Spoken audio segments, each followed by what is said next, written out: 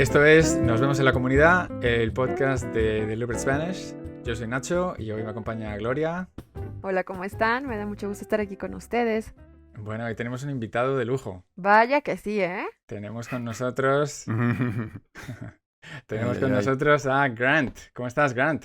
Hola, ¿cómo están todos? Muy bien, estoy aquí trabajando ¿Dónde estás? en Seattle, en Washington, estado de Sí. Washington. Tú en Seattle, yo en Barcelona, Gloria está en México. Así es. Y nada, pues vamos a hablar un ratito. O sea, la idea de hoy es que nos cuentes un poco cómo ha sido tu experiencia estudiando español, aprendiendo español, cómo ha ido cambiando tu rutina con el tiempo. Entonces, si te parece, nos puedes contar por qué empezaste a estudiar español y cómo ha ido tu viaje así, más o menos, durante los últimos años. Claro que sí, me parece bien, pero para empezar, quiero decir que, bueno, es un honor estar aquí con ustedes, los políglotos, ¿no? No lo merezco estar aquí no sé, en su compañía, pero creo que voy a establecer como el récord de errores, no sé, cometidos en el podcast, pero es un punto de orgullo. Exacto. O sea, los errores, como siempre hemos dicho, cuantos más errores cometas, más probabilidades tienes de mejorar, ¿no? Exactamente, sí. Bueno, mis motivos para empezar a estudiar español, bueno, antes tenían que ver con mi trabajo, mi campo de trabajo, el cual es trabajo social.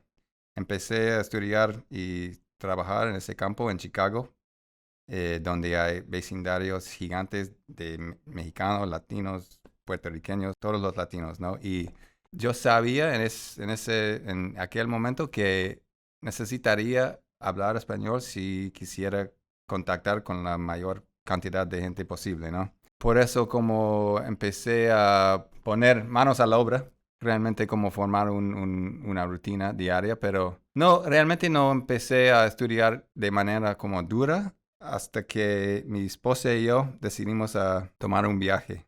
Vale, o sea que lo habías pensado durante tiempo. O sea, tú vivías rodeado de hispanohablantes y decías, me gustaría mucho poder interactuar con ellos, pero no arrancabas, a lo mejor. O sea, querías, pero no tenías un plan. ¿Y qué es lo que pasó para motivarte? Bueno, es que como todo el mundo, yo tomé un par de clases en la universidad, pero no me sirvieron para mucho. Es una entrada en el mundo nuevo para, no sé, estar un poquito más cómodo con los sonidos, la manera de conjugar, un poquito de la estructura, pero recuerdo bien, de hecho, en el momento en que me di cuenta de que el español del aula no sería suficiente para conectar con gente real, común y corriente.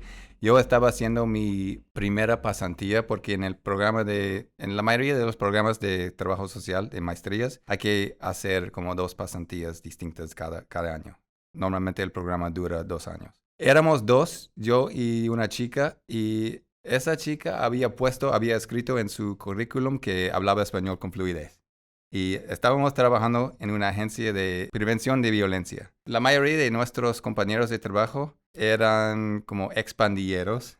Nuestro jefe era expandillero que pasó 15 años en la cárcel. Entonces fue como un ambiente medio fuerte y estábamos charlando con nuestro jefe y él le dijo a ella, qué bueno que hablas español, en inglés. Y después cambió y la saludó en español de forma rápida y de forma como de la calle, del barrio.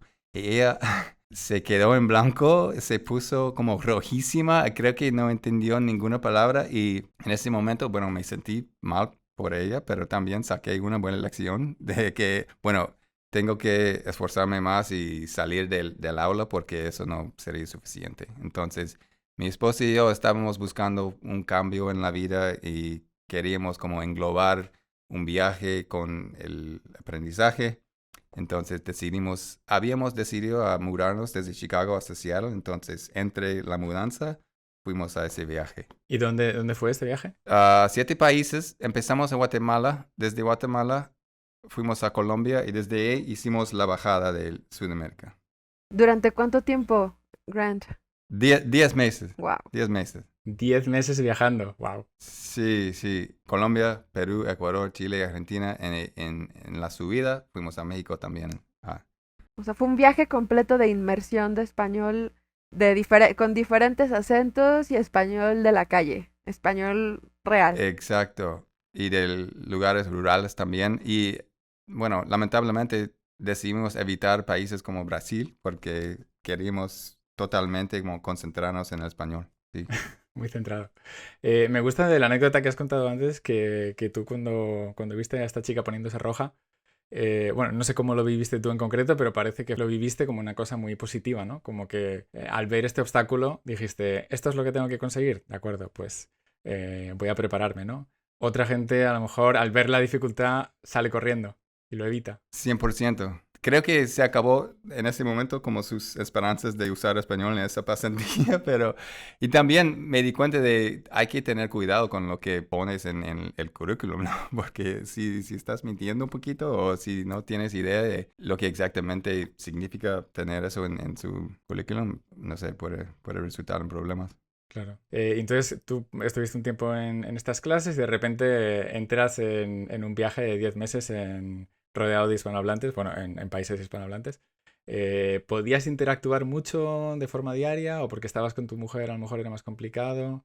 Porque esto es lo típico cuando la gente viaja, ¿no? Que a lo mejor viajas con amigos y todos están motivados, pero al final solo te relacionas con angloparlantes o es difícil crear conexiones con la gente autóctona, ¿no? No sé si tuviste esta experiencia. Hicimos todo lo que pudimos para evitar gente que hablaba inglés en ese momento. Entonces, usamos una plataforma que se llama Workaway. Es como no sé, es como Facebook. Hay que pagar para tener como un perfil y puedes, no sé, estar como un voluntario o puedes ser un como huésped. Y es un intercambio trabajo por alojamiento y comida, más o menos. Entonces, fue una manera de salir muy lejos del como el círculo normal del... El circuito turístico. Exactamente, sí, esa es la palabra que estaba buscando. Y pasamos casi 2 meses en un lugar en Perú súper rural, una comunidad de 10 personas. Wow. Todas eran mujeres porque todos los hombres están aquí trabajando en el norte oeste de los Estados Unidos, en los ranchos de como ovejas. Sí, en el noroeste puedes decir, ¿no? Para no decir norte-oeste, decimos noroeste. Noroeste. No, ok, gracias. Sí. Oye, Grant, yo tengo una pregunta. A ver, Ujú. o sea, habías estado tú en un ambiente muy de español formal, ¿no? Y de alguna manera si interactuabas con latinos en Estados Unidos, probablemente eran latinos que de alguna forma tenían nociones del inglés, tal vez, porque pues vivían en Estados Unidos, pero cuando emprendiste tu viaje junto con tu esposa, llegaste tú externo a un ambiente completamente hispanohablante y tuviste que interactuar con los hispanos en su hábitat natural, digámoslo así. Entonces, Mm. ¿tuviste como alguna complicación o algún miedo o qué es lo que sentiste la primera vez que tuviste que interactuar por primera vez con un hispanohablante en el mundo real, en una, digamos, en una esfera social hispanohablante auténtica, no en una comunidad hispana en Estados Unidos, sino en una esfera latina con latinos? Entonces tengo una historia, porque empezamos en Guatemala porque hay escuelas muy baratas para estudiar español, entonces eso considero como un ambiente seguro todavía. Entonces tomé clases durante un mes con un acento guatemalteco que es muy como neutral y desde ahí fuimos a Colombia. Y en el aeropuerto nos dimos cuenta de que todo iba a cambiar porque me nos preguntó, no sé, una mujer en el aeropuerto para nuestros nombres, pero ella nos dijo, ¿me colaborarás con tu nombre, por favor? De esa manera, y no teníamos ninguna idea de lo que estábamos preguntando. No fue el típico ¿cómo te llamas? Exacto, ¿Cuál es tu nombre? exactamente, sí. Soy Grant, de Chicago, así. Sí, entonces en ese momento nos dimos cuenta de que cada país va a tener como sus propios como matices y estilos diferentes y tenemos que estar como atentos, sí. Así es como se aprende rápido, ¿no? Esta primera interacción, o sea, esto fue como una toma de contacto, ¿no? Pero supongo que lo que te quería preguntar, Gloria, era más bien cuando tienes como tu primera interacción de 2 minutos, ¿sabes? Que ahí realmente estás ya en modo conversación, en plan, acabo de tener una conversación en español. Creo que lo estaba esperando mucho porque me da más como miedo y me pongo nervioso cuando tengo que hablar español ante una persona que también habla inglés. Entonces no me da mucho miedo hablar con un hispanohablante que no conoce inglés porque es, no sé, no tengo el mismo miedo de cometer errores, no sé por qué. Sí, yo lo he visto mucho. Es muy común el comentario que nos hacen alumnos de no me importa hablar, pero tiene que ser con gente que no conozca. O Mm, eso, como tú has dicho, gente que no hable mi idioma, ¿no? Porque si tú estás hablando su idioma y ellos no hablan el tuyo, no hay ningún problema. Pero creo que claro, el momento crucial es cuando tú dices algo en español y te responden en inglés. Hay que tener las cosas muy claras para no venirte abajo, ¿no? Para no desmoralizarte cuando te responden en inglés. Y a lo mejor exactamente. el motivo por el que te han respondido en inglés no es nada, no tiene nada que ver con tu nivel, sino esta persona dice, ah, por fin puedo practicar mi inglés. O le voy a hacer la vida más fácil porque ¿quién querría aprender español, ¿no? En cambio, tus motivos son justamente los contrarios. Entonces, a veces superar esta primera barrera es complicado. Ujú. Tienes razón. A mí me ha pasado eso justamente de que voy, por ejemplo, me pasó en Alemania, que yo llegué a Alemania, fui a estudiar alemán y yo a todas las tiendas, a todos los establecimientos a donde iba y que había alemanes atendiendo, yo llegaba y yo quería hablar en alemán y me respondían en inglés. Al inicio me enojaba, yo decía no, y me enojaba con ellos y me enojaba conmigo y me enojaba con ellos y yo les respondía en alemán como diciendo, sí entiendo también en inglés, pero quiero que entiendas que yo quiero hablar alemán y me respondían en inglés.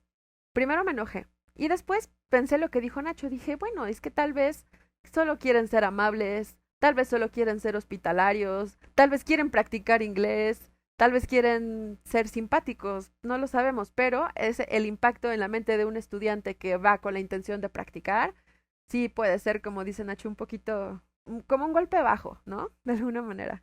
Llevo años estudiando tu idioma y me respondes en inglés. Exacto. Y entonces, ¿cómo fue la progresión? Porque supongo que desde el día 1, 10 meses más tarde, la percepción cambió un poco, ¿no? Cambió mucho, sí, sí. Creo que siempre, desde que empecé, he estado en la fase de como obsesión y eso fue, no sé, abrió todas las puertas para estar obsesionado en algunos como sitios. Me había vuelto como más cómodo con todo. Empecé a entender el ritmo, ¿no? Porque es un mundo nuevo y al principio fue demasiado como duro para sentirme como libre de cometer errores. Y al final del viaje me ha subido un montón la confianza y es interesante porque no, con cada nivel que subo es como no sabemos lo que no sabemos y cada nivel que subo me doy cuenta de que de los muchos errores que yo estaba cometiendo antes y es como ¿cómo se llama? Ese roller coaster. Una montaña rusa, Montaña rusa, eso. o para los rusos una montaña americana. Ah, ¿sí lo llaman? Sí, Una montaña americana, muy bien. en Rusia, sí. Claro, y al final lo único que puedes controlar es tu estado emocional, ¿no? O sea, y tu rutina diaria, supongo, que ha sido... Ujú. Bueno, por lo menos es lo que recomendamos, ¿no? No puedes controlar si te hablan en inglés o no, no puedes controlar cuántos hispanohablantes hay a tu alrededor en ese momento, pero sí puedes controlar cómo va a ser tu rutina diaria, cómo te vas a enfrentar a los obstáculos, ese tipo de cosas, ¿no? Entonces, supongo que después de los 10 meses pasaste por distintas etapas, ¿no? Y sobre todo es un viaje que te acabas conociendo a ti mismo, ¿no? Acabas conociendo cuáles son tus puntos fuertes, cuáles son tus puntos débiles, cómo te llevas con cuando tienes que improvisar, cómo te llevas con la incertidumbre, ¿no? Todo esto es todo un aprendizaje. Sí, creo que terminé el viaje con muchas más ganas de seguir aprendiendo.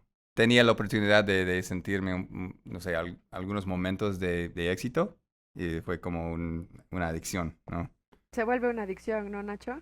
Se vuelve una adicción, claro, porque al principio tienes momentos de éxito, como te has dicho, y luego empiezas a subir el nivel. Y ya llegar a este nivel ya no es suficiente, ¿no? Ahora quieres hacerlo mejor todavía.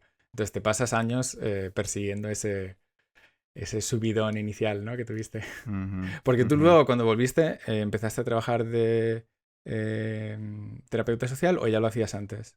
Cuando terminaste el viaje y volviste a Estados Unidos. Lo hacía antes, pero no con latinos, sí. Bueno, lamentablemente que no usaba español tanto como me gustaría en mi trabajo. Es está como limitado con hablar con los padres de mis clientes, porque todos mis clientes que son latinos prefieren hablar en inglés conmigo. Pero hablo español con los padres para programar y confirmar citas y como ponerlos al día en cuanto al trabajo que estamos haciendo con sus hijos. Pero con los jóvenes que hablan ambos idiomas, creo que sirve también porque primero no me pueden como burlarse de mí tan fácilmente y no sé, ser capaz de cambiar y hasta hablar como un poquito de Spanglish o traducir alguna palabra. Si estamos hablando de términos medio como avanzados de terapia, algo así, a veces tengo que traducirla en español y ayuda mucho. Tengo una pregunta para Grant. Es una pregunta un poco cursi, pero creo que es importante rescatar esto, porque como bien lo hemos dicho, creo que Grant es un caso de éxito muy evidente y creo que es muy motivador conocer la perspectiva de un estudiante que ha tenido unos resultados tan satisfactorios. Entonces, Grant, ¿podrías contarnos tal vez sobre una de tus mejores experiencias o una experiencia en la que hayas tenido que hablar español y te hayas sentido bien al final, te hayas sentido satisfecho o que hayas terminado como esa experiencia, esa aventura, ese episodio con un muy buen sabor de boca, que digas, qué bonito, o mi esfuerzo ha valido la pena, o wow, hablo español? Buena pregunta.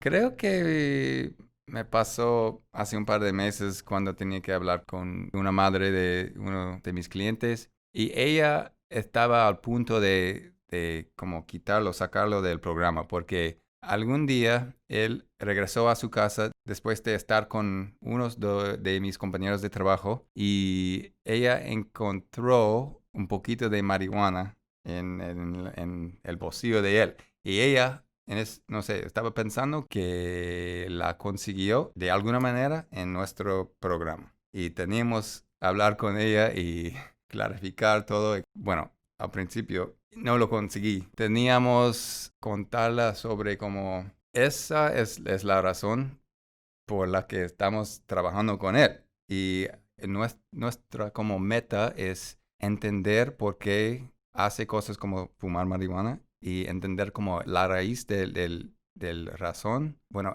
él está intentando de satisfacer como alguna necesidad y nuestro trabajo es como enterarnos muy bien de por qué lo hace y tenemos que reemplazar con otro comportamiento. No lo estoy explicando muy bien ahora, pero con ella creo que fue como un éxito porque ella decidió dejarlo como seguir en el programa y creo que entendió después como algunos como detalles de teoría del comportamiento, no sé. ¿Crees que haber podido explicárselo en español le hizo confiar más en ti que si se lo hubieras explicado en inglés? Totalmente, sí, sí. Sí, 100%, sin duda, sí. Creo que también fue como un momento de conexión y de como hacer como una fundación de confianza entre ellos, la situación. Te quería preguntar cómo te llevas tú con los errores. Es Mm. normal, cuando estás hablando cometes errores. ¿Te consideras una persona como muy perfeccionista? ¿Te gusta descubrir los errores? ¿Los ves como obstáculos a superar o los ves como pequeños fracasos? Depende de la situación. ¿Cómo ha ido cambiando tu percepción de cometer errores? Es súper interesante porque creo que depende en el día quién está al volante, ¿no? Porque llevo como un crítico interno que está que es muy exigente, es muy de como no excusas, ¿no? Y si él está al volante, los errores me cuestan un montón y me bajan la confianza, pero si la voz como mía está al volante, digamos, creo que puedo verlos como oportunidades, ¿no? De aprender, de superar como un debilidad o un área en el que tengo que hacer más. También depende del estado de ánimo a veces, ¿no? Si estamos en un día en el que no nos sentimos muy bien y cometemos un error, es más difícil que nos perdonemos a que si es un día en el que todo nos está saliendo bien y cometemos un error simple, decimos, ah, jajaja, no pasa nada, hasta nos reímos, lo corregimos y ya, pero a veces si es un mal día, cometemos un error y no lo perdonamos, ¿no? Totalmente, sí. ¿Y cómo estás llevando tu rutina? O sea, ¿todos los días estudias un poco? ¿Te gusta estudiar por la mañana? ¿Te gusta estudiar por la tarde? ¿Qué estrategia crees que te ha servido mejor durante esta época? ¿O has ido cambiándola? Porque también depende del momento, ¿no? Sí, han cambiado un poquito en los últimos como 6 meses porque me acepté como otro puesto con un montón de responsabilidad y no tengo tiempo libre y no tengo como el lujo de saber cuándo voy a tener tiempo libre. Entonces tenía que cambiar. Antes me encantó estudiar en la mañana, por la mañana, temprano. Pero también con ese nuevo puesto cambió mi horario y ahora me di cuenta de que sí puedo como estudiar durante la noche si manejo como todo el día de manera como con equilibrio, ¿no? De mi energía. Porque antes llegaba a casa agotado y no era capaz de estudiar por la noche, pero ahora hago algo todos los días. Me gustó mucho lo que dijiste, Nacho, creo que en el episodio 6, no sé, lo del cómo podemos superar el miedo de cometer errores. Y ahora estudio de forma como caótica, así. Un día es como una serie, me gusta leer, pero también trato de como hacer algo de modo intensivo, de modo como activo, como cuando estaba haciendo Deliberate Spanish. La rutina era así, era como, no tenía opción de cambiar la rutina, pero ahora es más como flexible, creo.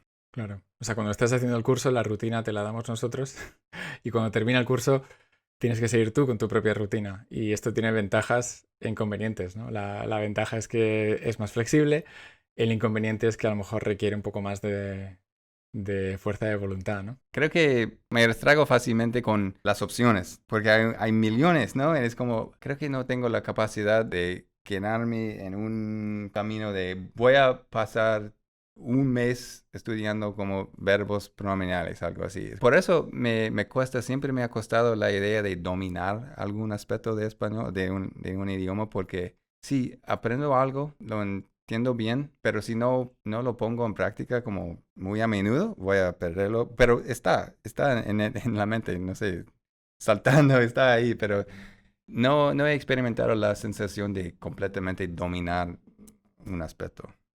O sea, por un lado, cuando tú dices hay demasiadas opciones, está claro o sea, esto puede parecer un problema, pero realmente cualquier cosa que elijas lo puedes convertir en un ejercicio deliberado, ¿no? Entonces, no es que tienes que ver una serie en concreto y no otra, o que si te gusta leer no vas a mejorar tanto como si te gusta escuchar. O sea, con cualquier tipo de material nativo puedes aprender cosas, ¿no? Y de hecho tiene sentido que aprendas con cosas que están en tu día a día, que forman parte de, no sé, lo que te interesa, lo que te ha pasado ese día, las interacciones que has tenido ese día. Eso por definición van a ser cosas caóticas, ¿no? Como tú dices. Lo que sí que puedes hacer es atrapar esos momentos. O sea, tú tienes una interacción rápida con una persona y puedes decir, ah, vale, sí, entendí lo que quería decir, pero a lo mejor no me he fijado en el detalle de la palabra que usó, o yo quería decir una cosa y no sabía exactamente cómo decirla, pero no te molestas en buscarlo. Estas son decisiones que tomas, ¿no? O sea, si tú estás hablando con una persona y dices, ay, en este sitio yo tenía que haber dicho una frase condicional, pero no sé cómo hacerlo. Voy a pensarlo ahora, que tengo más tiempo, para que la próxima vez no tenga problemas, ¿no? Entonces es un poco pequeñas decisiones. No es obligatorio que sigas un temario oficial, tema 1, tema 2 y que domines todos los temas antes de pasar al siguiente. Los idiomas son cosas continuas, o sea, tú vas dando vueltas y cada vuelta que das, revisando, por ejemplo, Serie Star, ahora, después de años estudiando español, tú ahora revisas Serie Star y vas a darte cuenta de detalles que hace 5 años o hace lo que sea no habrías visto, ¿no? Entonces es siempre un proceso como en espiral, ¿no? Sigues dando vueltas, pero cada vez a mayor resolución. Por eso lo importante es cómo te llevas contigo mismo. O sea, cómo gestionas tus emociones, cómo eres capaz de reservar momentos a lo largo del día cuando tienes un día ocupado. Estos son hábitos que te sirven para cualquier habilidad, no solo para aprender español. Claro que sí, y me encantó algo que tú dijiste, Nacho, en ese episodio, creo que el número 6, no sé, cuando te encuentras en un momento de duda, no sé, si te sientes que no estás avanzando o que todo es un fracaso, hay que reflexionar, hay que volver a los motivos originales, porque eso me ayuda un montón, porque como he dicho, llevo como ese crítico interno adentro y a veces estoy cargando o estoy como llevando las expectativas de los demás y no son las mías. Y cuando puedo recordar por qué estoy haciendo todo eso, es mucho más fácil como tranquilizarme y tratar los errores como ayuda, como oportunidades y me sirve un montón. ¿Y cuáles son? ¿Cuáles son tus motivos? Que cuando te preguntas por qué estoy haciendo todo esto, ¿qué te respondes? Bueno, mi meta es ser capaz de hacer como sesiones completas de terapia en español sin tener miedo de perder, no sé, un detalle o de cometer errores graves, porque voy a seguir cometiendo errores, pero no sé, en una sesión de terapia, si hablamos de temas bien delicados, no quiero perder un detalle. Entonces, esa es la meta y no quiero hablar mucho de la política, pero tiene que ver un poquito de nuestra situación aquí. Cuando ganó Trump, decidí también que, porque él hizo una campaña de odio y de amenazas hacia los inmigrantes y los latinos, entonces decidí que también el español es una herramienta que es imperativa tener si quieres ser un apoyo, un trabajador social, lo que sea. Por eso es como el otro motivo, creo. Es tu acto de rebeldía, ¿no? Sí, exacto. Decir, ¿no te gusta esta comunidad? Pues yo voy a invertir para ayudarla todo lo que pueda, ¿no? Y entonces cuéntanos un poco cómo fue esta primera experiencia que tuviste con el curso de Libre Spanish en agosto. Lo hicimos hace unos cuantos meses. Me dijiste, creo que era la primera vez que estudiabas en línea. Yo había probado como bueno, cosas como Italki, bueno, conversaciones, charlas así, pero no eran clases de verdad. Entonces, creo que no existe nada que puede comparar con la comunidad. Hay un montón de opciones. Es una plataforma tan diversa en la que puedes buscar y encontrar tu propio como estilo de estudiar español. Y eso me encanta. Y no sé, he sentido desde que empecé que tenía la libertad de formar mi propia experiencia y englobar en mi viaje de aprendizaje con mis intereses. Y eso, por eso estoy muy agradecido. Sí, uno de los pilares principales, bueno, yo siempre he estudiado idiomas así, ¿no? Y nunca me han gustado los temarios fijos. Entonces, para mí era muy importante que, por ejemplo, a ti te interesa a poder hablar de términos, situaciones, explicar qué es lo que pasa en tu día a día en tu consulta, ¿no? O con ayudando a la gente con la que trabajas, ¿no? Relacionado con tu terapia. Entonces, que tú tengas un sitio donde puedes practicar ese tipo de habilidades, el vocabulario, las frases, contar historias de ese tipo, pues es muy importante porque ese es uno de los motivos por los que tú estudias, ¿no? Entonces, si yo te facilito que tú puedas hablar de cualquier cosa que te interese, vas a tener más éxito que si solamente podemos hablar de el tiempo y lo que hiciste durante el fin de semana, ¿no? Exactamente, es como uso las cosas que sigo aprendiendo en la comunidad como en real time, no sé, como el día siguiente, ¿no? Si, por ejemplo, con Gloria he hecho como conversaciones, charlas como falsas, inventadas entre como yo y un cliente. Y 2, 3 días después estoy usando como frases y la estructura de eso en práctica. Claro, que lo puedes aplicar directamente, ¿no? ¿Cómo son estas sesiones, Gloria? Pues sí, hacemos algunas como simulaciones y lo que yo intento normalmente es como utilizar palabras diferentes, palabras nuevas.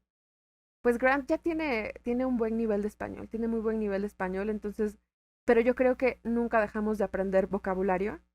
Entonces, lo que a mí me interesa obviamente también es que suene formal, que logre aprender palabras técnicas de su campo y que las aplique para que, supongo que el hecho de que él hable con un léxico más técnico, más profesional, pues también de alguna manera le da cierta confianza a los clientes, a sus jefes y habla muy bien de él en cuanto a su preparación, ¿no? Entonces, no solo le digo Grant, ilegal significa illegal, ¿no? O sea, es como, bueno, vamos a utilizar esta palabra y ahora inclúyela en un diálogo, como si yo fuera tu clienta, por ejemplo.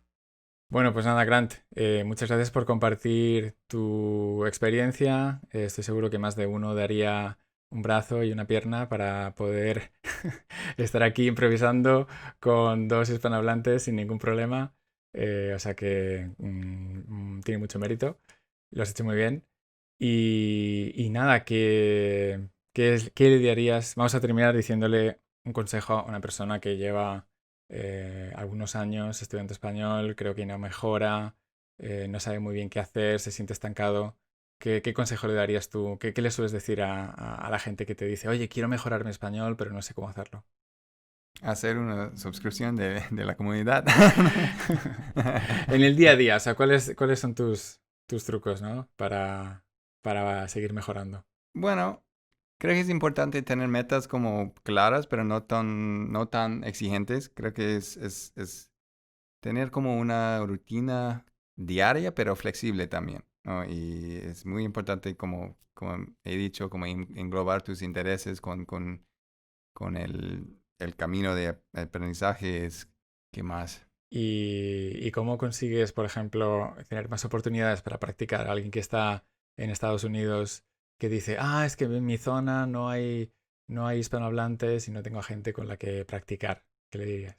Yo diría que, bueno, eso no tiene todo que ver con deseos de aprender español. Todo el mundo ha como movido en línea gracias a la pandemia. Entonces, hay un montón de oportunidades en línea, practicar, charlar con gente, estudiar, encontrar como, no sé, intereses nuevos para inspirarte. Sí, tienes todo un mundo por explorar si no estás usando las redes, hay aplicaciones. Bueno, yo siempre recomiendo aplicaciones de intercambio como Tandem o HelloTalk, este tipo de sitios. También puedes encontrar gente que vive en tu propia ciudad, ¿no? Entonces ya no hay Ujú. excusa. No hay excusa porque todo el mundo está conectado, ¿no? Si quieres encontrar a gente con la que hacer intercambios de forma regular, nunca ha sido más fácil que ahora. Entonces ya no puedes esconderte. Exacto. Y bueno, es algo medio básico, pero antes quería decir que siempre me ha encantado analizar letras de canciones. Y es algo básico, pero es algo que siempre me da confianza porque es entender algunas palabras o unas frases puede como subir la sensación de sí pertenezco aquí en ese mundo nuevo, ¿no? Y siempre me ha ayudado mucho a salir Me adelante. gusta. No solo a nivel de vocabulario, sino también a nivel cultural, ¿no? O sea, entiendo esta música, entiendo estos grupos, ¿no? No sé, ¿tienes alguna recomendación de, de algún cantante que te guste? Así para despedirnos. Bueno, a mí me gustan como estilos muy diversos, reggaetón, como cosas como, no sé cómo se dice folk, Sí, pero folk. como los clásicos, como hay un par de cantantes de México, un hombre que se llama Cuco Sánchez, Cuco Sánchez. un hombre es argentino que se llama Atahualpa Chupanqui. Atahualpa Yupanqui, un mítico. Sí, música de los gauchos, ¿no? Y no sé, me encanta como la sensación de su música. Ahora te entiendo, sí. No es lo mismo escuchar un hip hop, ¿no? Que escuchar a Atahualpa Yupanqui. Exacto, sí. Muy bien. Oye, pues muchas gracias, Grant. Gracias por compartir tu experiencia. Seguiremos la conversación en la comunidad. Supongo que te harán preguntas otros estudiantes. Gracias a ti, Nacho. Y si no sabes lo que es la comunidad, puedes verlo en deliberatespanish.com/comunidad. Ahí explicamos cómo funciona todo, clases de grupo, lecciones semanales, correcciones personalizadas. Bueno, lo contamos en todos los episodios y es para que le eches un ojo de vez en cuando. Si te gustaría dejarnos una reseña porque te ha gustado el podcast, puedes ir a deliberatespanish.com/review, ¿vale? Lo he cambiado para que quede más claro. deliberatespanish.com/comunidad o /review, dependiendo de lo que quieras hacer. Y nada, nos vemos la semana que viene. Pues me dio mucho gusto estar con ustedes. Grant, felicidades. Sigue así. Gracias, Gloria. Y pues nos estamos viendo. Y a la próxima. Un placer, Gloria. Hasta luego. Muchas gracias, Grant, por estar aquí y hasta luego. Gracias. Hasta luego. Chao, chao.